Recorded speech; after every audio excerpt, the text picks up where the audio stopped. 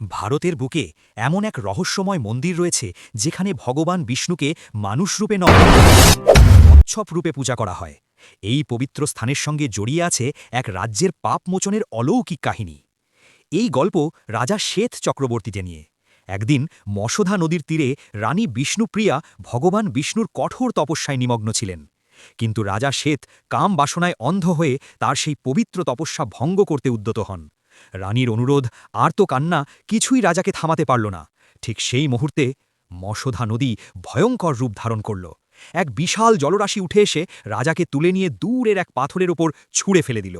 জল থেকে উঠে আসতেই দেখা গেল রাজার শরীর ভয়ঙ্কর ফোড়া ও ক্ষতে ভরে গেছে। নিজের ভয়ঙ্কর ভুল বুঝে রাজা সেখানেই বসে ভগবান বিষ্ণুর কঠোর তপস্যা শুরু করলেন।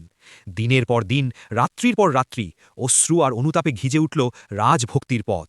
রাজার অন্তরের যন্ত্রণা দেখে ভগবান বিষ্ণু অবশেষে এক বিরাট কচ্ছপ রূপে আবির্ভূত হলেন। তিনি তার সুদর্শন চক্র দিয়ে ভূমিতে আঘাত করলেন।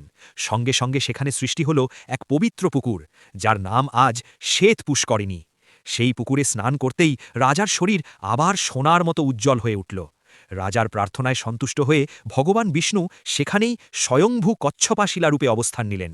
এই পবিত্র মন্দিরটি অবস্থিত অন্ধ্রপ্রদেশের শ্রীকাকুলাম জেলায়। আজও মন্দির প্রাঙ্গণে ঘুরে বেড়ায় শত শত জীবন্ত কচ্ছপ, এই বিরল অবতারের নীরব সাক্ষী হয়ে। এই অলৌকিক কাহিনী বিশ্বাস করলে